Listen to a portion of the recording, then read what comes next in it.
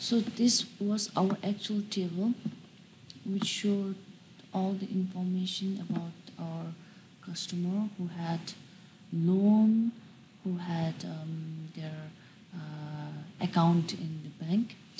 So if this was the actual table, the main table, let's say our customer Sonam, okay, from Deothang, Sambuzonka with this CID number, okay, and her pin code is this one, account number is this one, and she has a balance of 3,000. But we can see from this table that she does not have any loan, so it is null here. Now, from this table, we are supposed to normalize it, make it into a good table.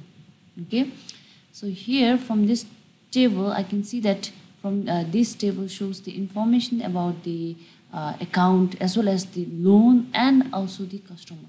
So from here, I can make it into, since there is null, this empty. So I always make sure that if there is any column that shows null, you can try to normalize it into a different table. So for example, from here, I'm taking, okay, only information about, so from here, from this table, the main table, I've now normalized in the second step, I've normalized into two tables. That is, table 1 that shows only the information about the customer, and table 2, next table that shows the, sorry, table 1 shows the information of the customer who has account, and the second table shows the information about the customer that has loan. Now I can see there are, in this table, there are no null values in any column. Similarly, here also, no null values. So, here I can see that now we have, okay, so from here, now we have two tables. So this is the two table that I'm going to insert or create in my database.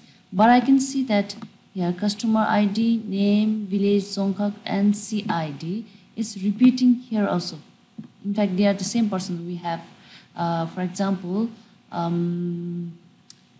Pema and Hamo. Pema and Hamo is also from here. So we can see that Pema, Hamo, and Dorji, they are both, they have loan as well as account, right? So they are the same person, okay, same person. So that means there is a duplication in this table and this table. So what we can do is we will try to, again, from this table we have defined, we have created into two tables, right? Now this is our final table. Now from here also we saw that there are duplications, so we can again normalize it, okay, again make it, okay, in further step. In third step, we can again normalize it and make it in a better table. So here, from here now I can, what I can do is, I can see that this is duplicating, so I've, okay, these columns are duplicating, so I've normalized into one table here where I have only customer table. This one shows only the information of a customer. Then I have account table. This one shows only about the account, and this one shows only about the loan. Now if I see, okay, if I see the table, there are no duplication except the customer ID, which is required to make the relationship. Or I can have another table created here where I can say customer ID and account number. Similarly, another to join the loan table and the customer table, I can have column customer ID and loan number separately. We can create another table. But this one will also work since there are not much of duplication. So here, my primary key for this customer table, my primary key would be customer ID. Since this is the customer ID, if it is borrowed in another table, only the primary key can be borrowed. But then, okay, the other columns like name, village cannot be borrowed. The column, okay, if it is borrowed or if it is foreign key, then it should be the primary key of another table. So here, my customer ID is a foreign key because it is the primary key of this customer table. So only the primary key can be borrowed. We cannot borrow the name or village or Songkhak or CID. Okay. Similarly, here in loan table, I have loan number, account, and customer ID, which is again a foreign key, and loan number is the primary key here. Similarly, in account table, account number is the primary key here.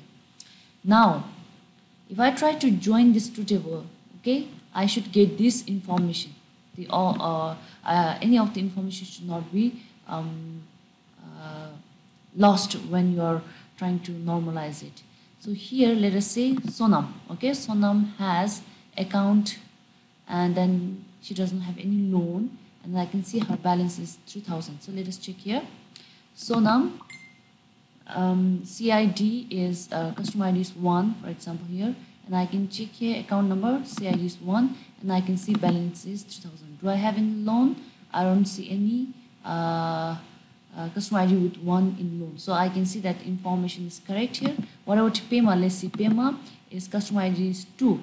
So Pema customer ID 2, and then if I check it here, I can see Pema has account with the balance 5,000, and similarly in the loan I can see Pema has 20,000 loan. So if I check it here, I can see that Pema has balance 5,000 and loan 20,000. So the information is correct. I have not lost information. Similarly for Lhamo. So Lhamo with, okay, Lhamo is customer ID is 3. I can see customer ID is 3 here. Talo, Punakha, and then CID number same.